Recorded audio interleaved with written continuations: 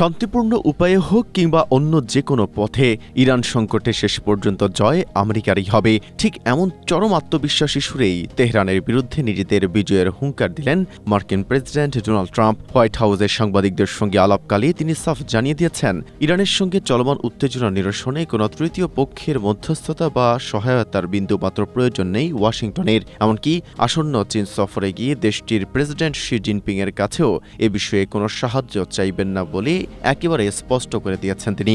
চলতি সপ্তাহে এক গুরুত্বপূর্ণ বৈঠকে অংশ নিতে চীনে যাওয়ার কথা রয়েছে মার্কিন প্রেসিডেন্টের। সেখানে প্রেসিডেন্ট শি জিনপিং এর সঙ্গে সাক্ষাতে ইরান ইস্যুতে বেজিং এর কোনো হস্তক্ষেপ বা সহায়তা তিনি কামনা করবেন কিনা সাংবাদিকদের এমন প্রশ্নের জবাবে ট্রাম্প বলেন, তেহরানের বিরুদ্ধে এই স্নায়ুযুদ্ধে অন্য কোনো দেশের সাহায্যের তোয়াক্কা করে না যুক্তরাষ্ট্র।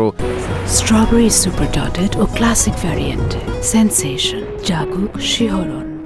নিজেদের শক্তির উপর পূর্ণ আস্থা রেখেই যে কোনো উপায়ে এই সংকট থেকে বিজয়ী হয়ে ফেরার ঘোষণা দেন তিনি।